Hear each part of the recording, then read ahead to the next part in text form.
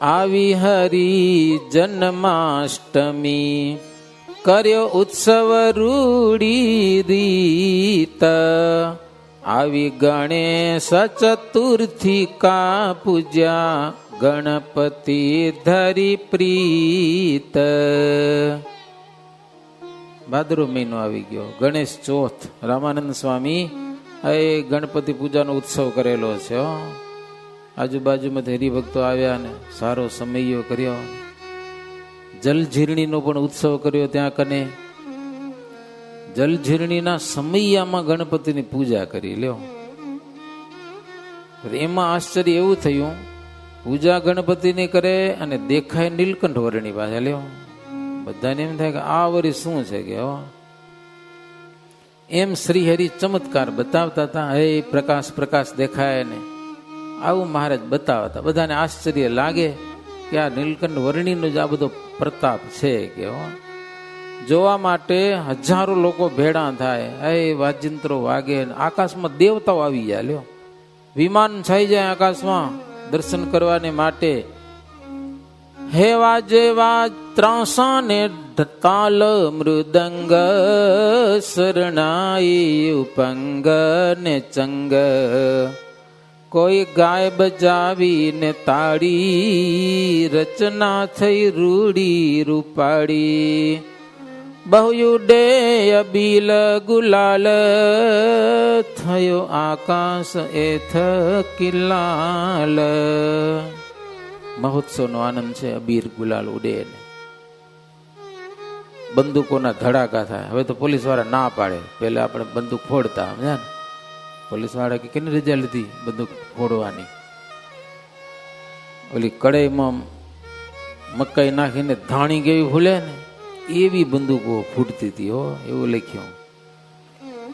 એટલે ગણેશનો ઉત્સવ હતો ને. એ પછી ગણેશને પાણીમાં પધરાવવા માટે વાજતે ગાજતે લઈ ગયા ને ગણપતિ બાપા મોરિયા. પછી શું બોલે? હે મંગલ મૂર્તિ. તો આવું બોલતા બોલતા ગયા છે. પાણીમાં પધરાવ્યા છે ને વિસર્જન કરવાનો એક વિધિ તે છે શાસ્ત્રનો.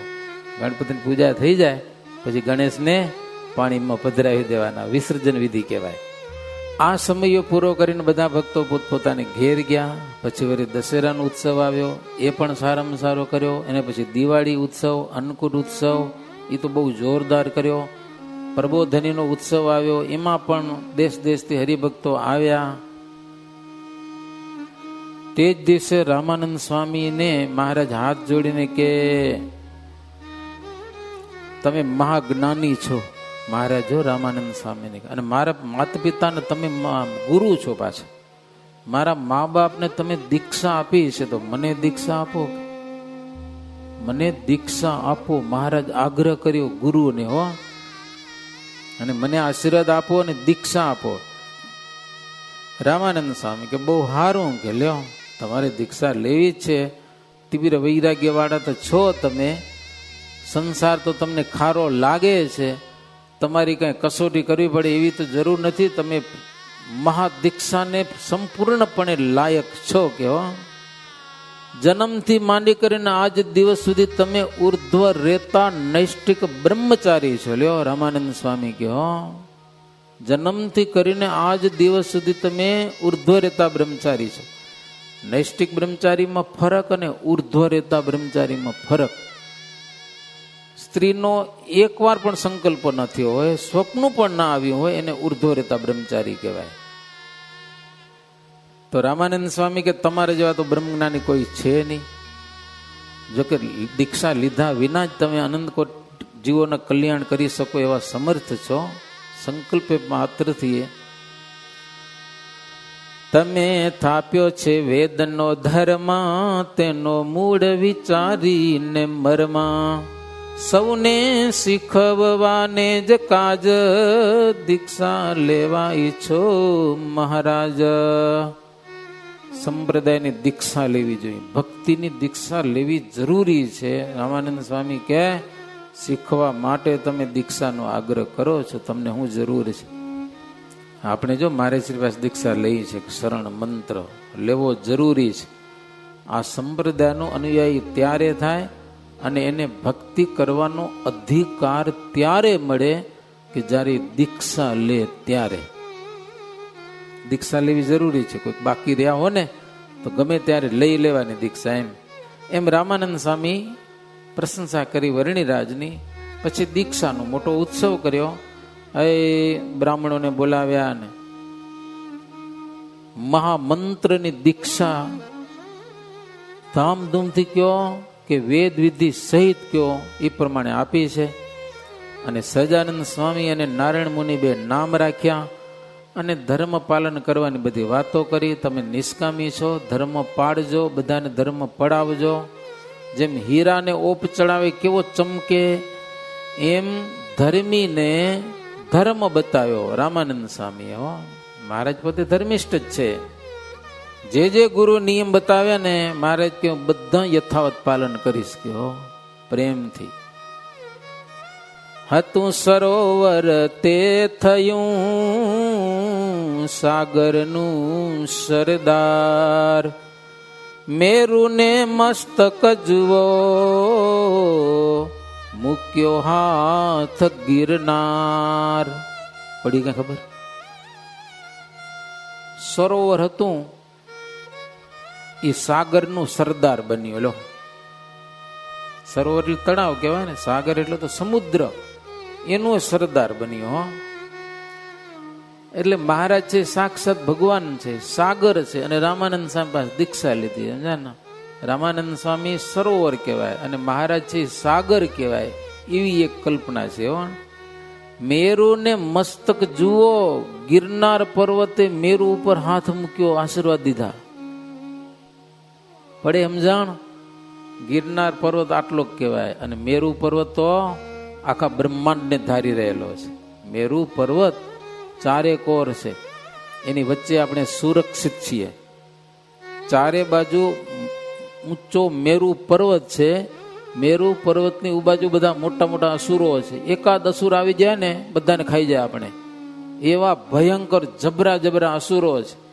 એમાં અનિરુદ્ધ ભગવાન, પ્રદ્યુમ્ન ભગવાન, શંકરષણ ને આ બધા ભગવાનના અવતારો છે ને એ બધા આંટા મારે છે મેરુ પર્વત ઉપર. ઓલે આસુરો ચડી આવે છે ને આવવું છે મહણને ખાવા, તો ચડતા ચડતા ઉપર આવે ને ગદ્દા મારે, ઠોકે હેઠ વિજય છેટ પડે નીચે. ચડતા પછી બહુ વાર લાગે. ચારે બાજુ ભગવાન આંટા મારે. ભગવાન આપણી રક્ષા કરે છે. એક જો અસુર પહોંચી આવ્યો આખું બ્રહ્માંડ ખાઈ જાય, એવા એવા મોટા અસુરો છે. એટલે ભગવાન છે એ આપણું ચારે બાજુથી રક્ષણ કરે છે. તો આવડો જબરો મેરુ પર્વત, એમાં ગિરનાર તો આપણે જુનાગઢ કને છે ખોબા એટલો કહેવાય, એની આગળ. તો ગિરનાર પર્વત મેરુ પર્વતના માથા ઉપર હાથ મૂકી કેવું થાય? આ એવું થયું, સમજા કે નહીં? મહારાજને રામાનંદ સ્વામીએ દીક્ષા દીધી. હવે પીપલાણામાં રામાનંદ સ્વામી મહારાજને દીક્ષા લીધી એટલે શ્રીજી મહારાજનું એક દીક્ષા સ્થાન થયું પીપલાણા ગામ. જબરો મહિમા વધી ગયો કહેવાય. એનું એક ધોડ છે. પરમ શુભ ધામ છે પીપલાણું રે, મોટો મહિમા મુખે શું વખાણું. પરમ ધામ પરમ શુભ ધામ છે પીપલાણું રે. રામાનંદ ને શ્રી હરિ આપ રે, તેનો પ્રથમ થયો ત્યાં મેળાપ રે.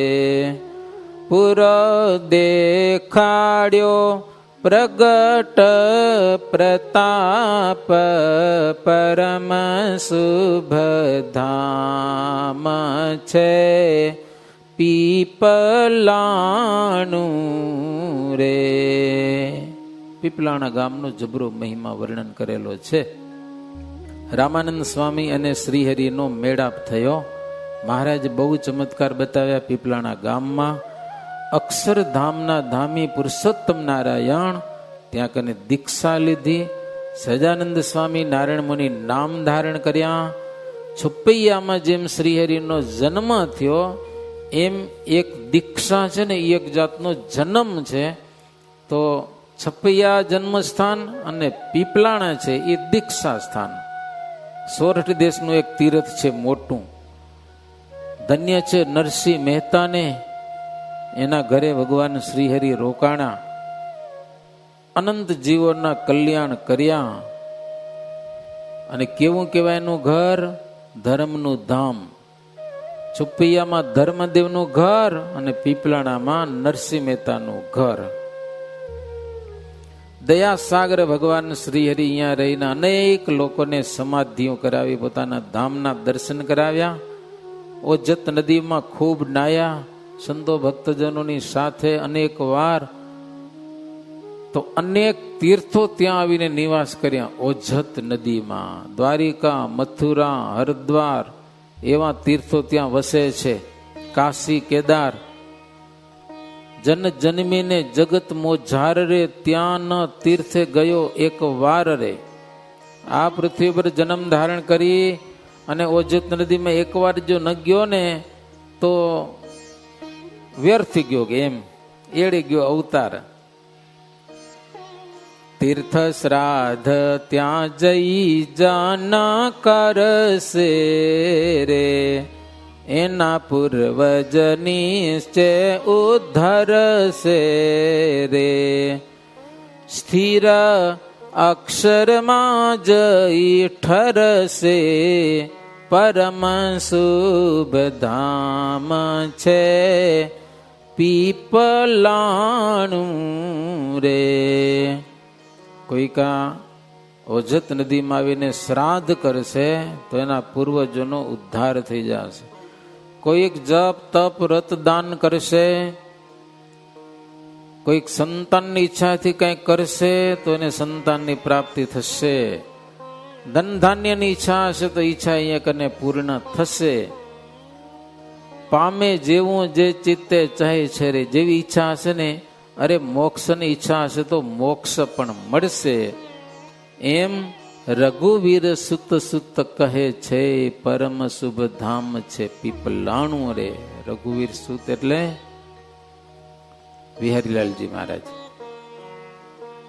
અતિમતિ ગતવંત નાથ જે છે, સકળ ગુરુ સકળેશ આપ એ છે.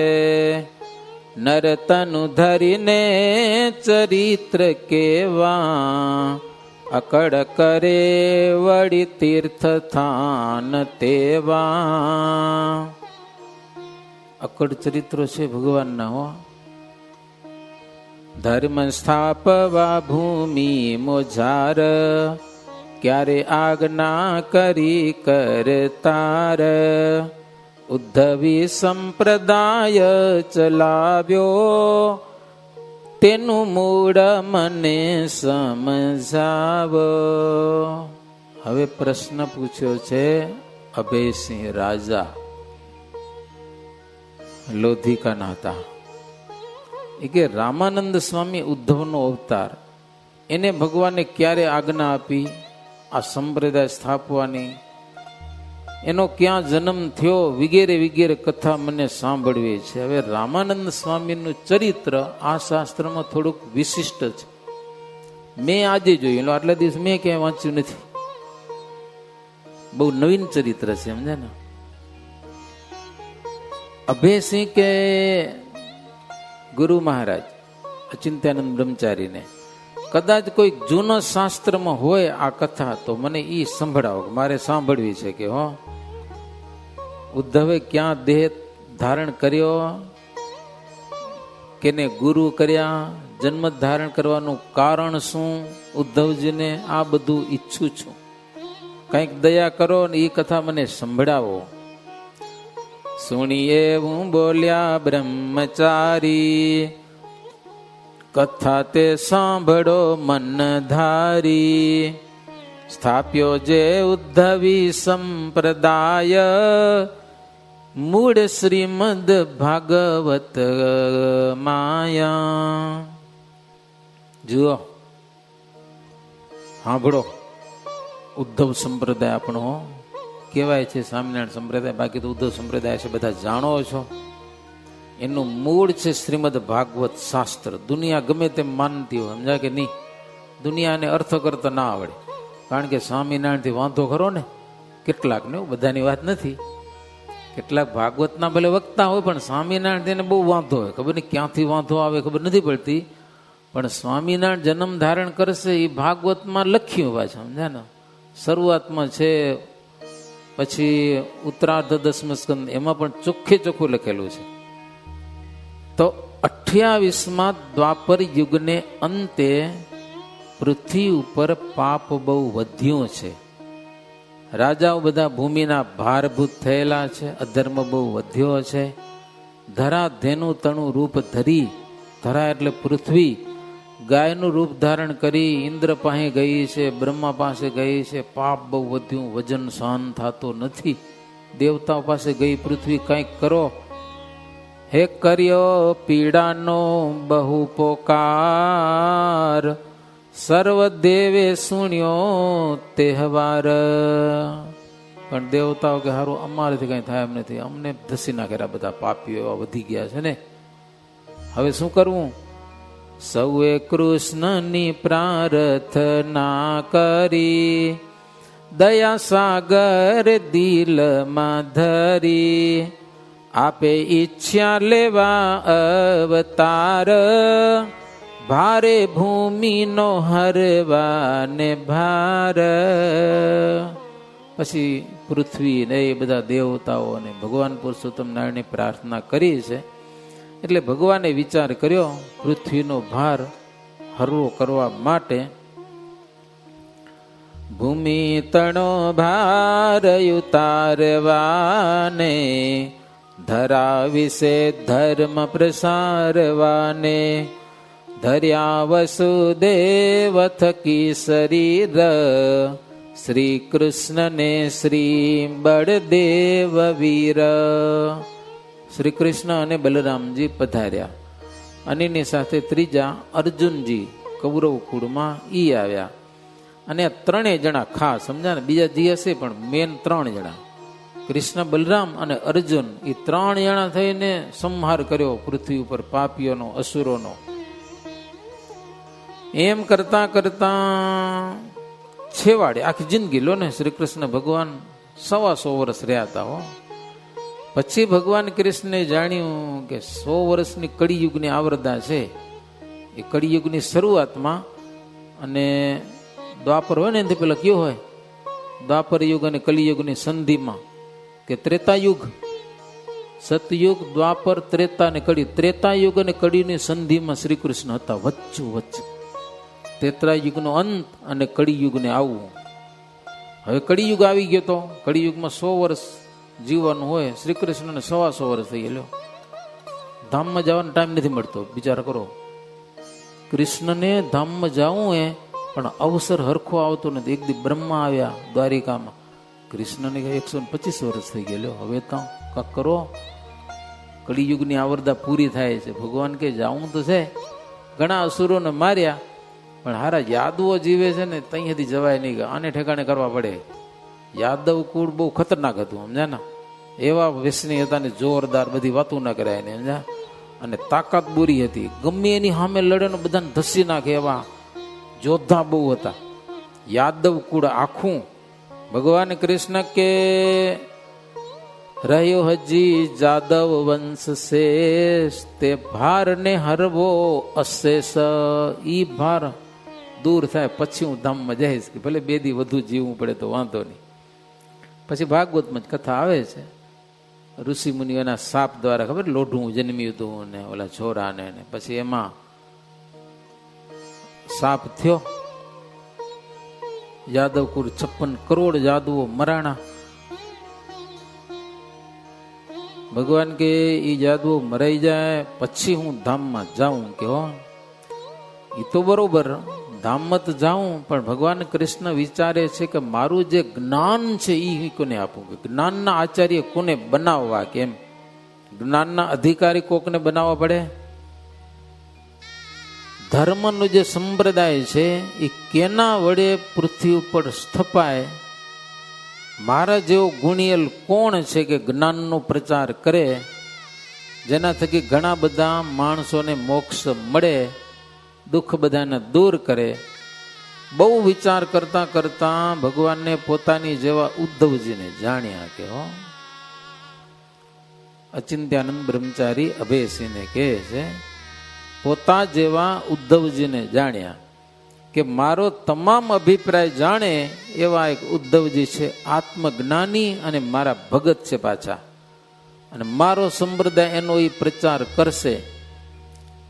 ભલે 56 કરોડ યાદવોને સાપ થયો છે, તમારા કુળનો સંહાર થઈ જશે, ઋષિઓનો સાપ છે, પણ ભગવાન શ્રી કૃષ્ણ ઉદ્ધવજીને મરવા દીધા નથી. એને સાપ, એની પાસે સાપને હટાવી નાખ્યો ઋષિનો. ભગવાનની ઈચ્છા શું ન થાય કયો? આખું કુળનો સંહારનો સાપ થયો હતો, પણ એક ઉદ્ધવજીને ભગવાન શ્રી કૃષ્ણ બચાવ્યા છે કે એને મારે નથી મરવા દેવા. એ બધી કથા શ્રીમદ ભાગવતના 3ય સ્કંદમાં સવિસ્તારથી છે. એટલે સત્સંગનું મૂળ ત્યાં છે. આપણો જે ઉદ્ધવ સંપ્રદાય સત્સંગ, એનું મૂળ શ્રીમદ ભાગવતનો 3ય સ્કંદ અને શ્રીમદ ભાગવતનો 11 સ્કંદ. મૂળ 3ય સ્કંદ ઉદ્ધવજીને ભગવાન બચાવ્યા ઈ, અને પછી જે જ્ઞાન આપ્યું ને ઉદ્ધવજીને એ વળી 11 સ્કંદમાં, 3ય સ્કંદમાં નહીં. આટલી બધી વાત ભગવાને બધો પેલો વિચાર કર્યો, પછી ઉદ્ધવજીને એકાંતમાં વાત કરી, તમને જ્ઞાનના આચાર્ય બનાવું છું, ભલે સાપ થયો છે કુળને પણ તમારો નાશ નથી થવાનો, મારું જ્ઞાન તમે ધારી રાખજો અને તમે બદ્રિકાશ્રમમાં જાજો ત્યાંથી. આટલી વાત દ્વારિકામાં થઈ બધી હો. પછી સર્વ જાદવ સંગે લઈને કર્યો નાશ પ્રભાસમાં જઈને, કર્યું પીપળા પાસ આસન, નિજ ધામ જવાનું છે મન.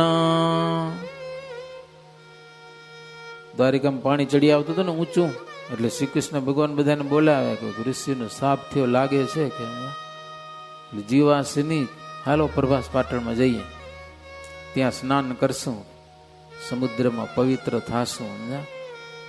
તો હારત ત્યાં ગયા છે ને પોતપોતાના રથ જોડીને, તો દારૂના ઘડા ભરતા ગયા, તેથી શીશા નહીં આવતા હોય. રથમાં પાછળ હોય ને હાટિયા, એમાં દારૂ ભરતા ગયા. લો મારે એની શું જરૂર હતી? પાછા હથિયારે ખણી ગયા, કે લડાઈ કરવા થોડી જ આવી. ત્યાં કને તીર્થયાત્રા કરવા જાઉં તું, સ્નાન કરવા જાઉં તું. જો ઉદ્ધત છે એ ભાગવત કે છે, યાદવો સમજાય કે નહીં? હથિયારે લઈ ગયા બધા, અને હારા દારૂના ઘડા ભરી ગયા. ક્યાંથી કાઢતા તે દી દારૂ, તે દી મળતો હશે ક્યાંથી, તો ભળે ને ઘરા ક્યાંથી ઘર પડે. તે ત્યાં લઈ ગયા મારા વિશે સમજા, સ્નાન બાન કર્યું હશે. પછી હા આપો સાપ, ભગવાનની ઈચ્છા જ હતી આમ તો મારવા હતા સમજા ને. પછી બાજ્યા, પછી સમજા બાજ્યા, એટલે એમને નતા બાજ્યા. પછી ચડાવ્યો મારો, એમાં મગજ છટક્યા, એમાં બાજ્યા પાછા. દારૂના ઘડા ભરી ગયા હતા ને, પીધા મારે ત્યાં જઈને. શ્રી કૃષ્ણ ને બલરામ ક્યાંક આડાવરા ફરતા હશે, એ દેખે નહીં ને મારે બીજા લગા લગાને લ્યો આ યાદવો બધા. એમાં પછી બાજાને એકબીજાને ગારું દીધી સમજા, મંડ્યા લડવા. બલરામને ખબર પડી ગઈ. બલરામ કે આ શું કરું રાખે? તો કે તમે આગા થઈ જાઓ, નહીં તો તમને મારી નાખશો. કે બલરામ કે આમાં કાંક થયું, ભાગો હવે, અહીંયા ઊભું રહેવાય નહીં. કે લ્યો પછી જેટલા હથિયારો હતા ને હથિયાર બધા ઉઈ ગયા, બધાને માર જેટલું ઠોકતા ઠોક હથિયાર બધા ભાંગી પડ્યા. હવે મારવા કાંઈ જડતું નથી. લોઢાનો ભૂકો ઉગ્યો તો પાણીમાંથી. એ પાંદડી એરંકા નામનું ઘાસ એ કાપ્યા, ને જેવો એકબીજા નાખે ને મરી જ જાય માણસ. બહુ કામ આવ્યું. 56 કરોડ હોઈ ગયા. ભગવાન એક બાજુથી પીપળા નીચે બેસી ગયા, અને શ્રી કૃષ્ણ બલરામજી હતા ધ્યાન લગાવીને શરીરનો ત્યાગ કરી દીધો છે. અને ત્યાં ઉદ્ધવજી આવ્યા છે. મૈત્રેય ઋષિ આવ્યા અને ઉદ્ધવજી પણ આવ્યા. શ્રી કૃષ્ણ ભગવાન પાસે આવીને બેઠા. તો મૈત્રેય મહર્ષિ અને ઉદ્ધવજી આ બંનેને ભગવાન શ્રી કૃષ્ણે ઉદ્ધવજી જ્ઞાનનો ઉપદેશ આપેલો છે, મીઠા અમૃત સરખા વેણથી. કૃષ્ણે ઉદ્ધવને દાસ માની, તેને પાદુકા આપી પોતાની.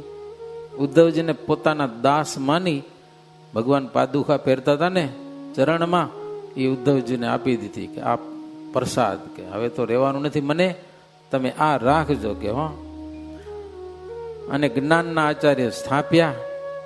પછી ભગવાને કીધું તમે જાઓ બદ્રિકાશ્રમમાં અને હું અહીંયાથી જઈશ કે પરલોકમાં. અને શ્રી કૃષ્ણ સ્વધામ ગયા અને ઉદ્ધવજી બદ્રિકાશ્રમમાં ગયા છે. માર્ગમાં એને પેલા મૈત્રેય ઋષિ બે ત્યાંથી ગયા. જ્ઞાન બે પાસે છે, મૈત્રેય મહર્ષિ પાસે અને ઉદ્ધવજી પાસે. યમુના કિનારે મૈત્રેય મળ્યા વિદુરજીને. વિદુરજીનું અપમાન કરી દીધું ધૃતરાષ્ટ્ર, ખબર હે ને, સાચી વાત કીધી તો કાઢી મૂક્યા હતા. રાજી થયા, સત્સંગ કરશું. તો અહીંયા મૈત્રેય મહર્ષિ મળ્યા અને ભગવાનના સમાચાર પૂછ્યા અને એ ભગવાનના લીલા ચરિત્રની વાતો કરી. યમુનાનો કિનારો છે ને એ ભગવાનની ભક્તિ કહેવાય. યમુનાનો કિનારો એટલે ભગવાનની ભક્તિ. લીલા ચરિત્રોની ખૂબ વાતો કરી. પછી વિદુરજી કે તમને ભગવાને જે જ્ઞાન આપ્યું છે ને એ મને જ્ઞાન આપો કે. ત્યારે મૈત્રેય મહર્ષિ કે જ્ઞાનની ભેટ તો ઉદ્ધવજી આપશે, એ હું નહીં આપું કે. લીલા ચરિત્રની વાતો બહુ કરી.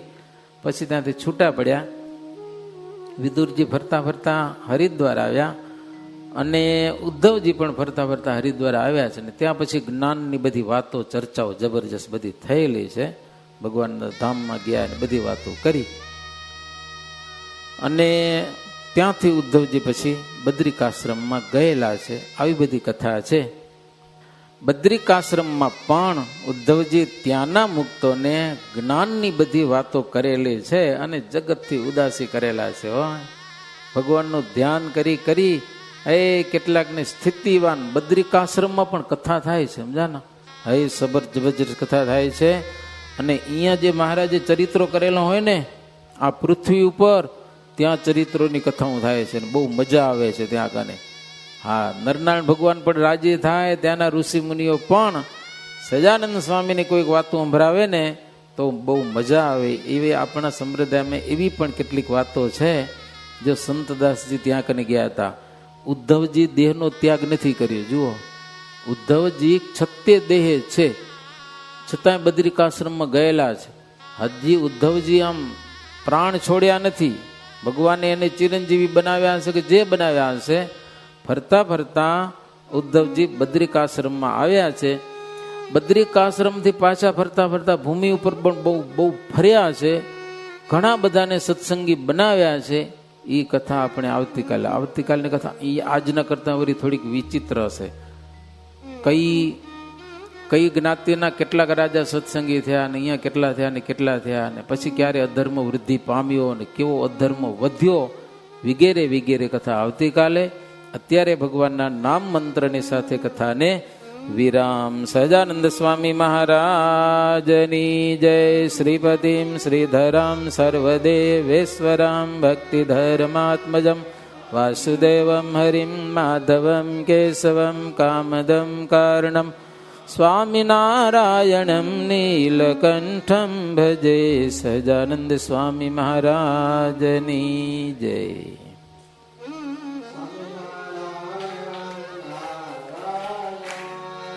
સ્વામિનારાયણ નારાયણ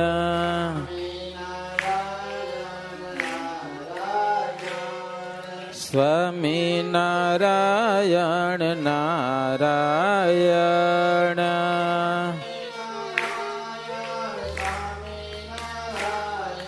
સ્વામિનારાયણ સ્વામિનારાયણ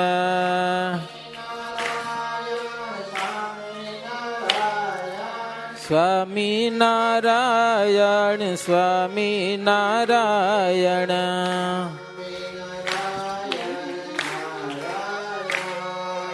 સ્વામિનારાયણ નારાયણ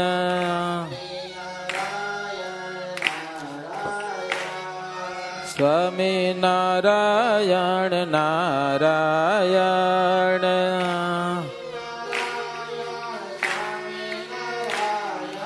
સ્વામિનારાયણ સ્વામિનારાયણ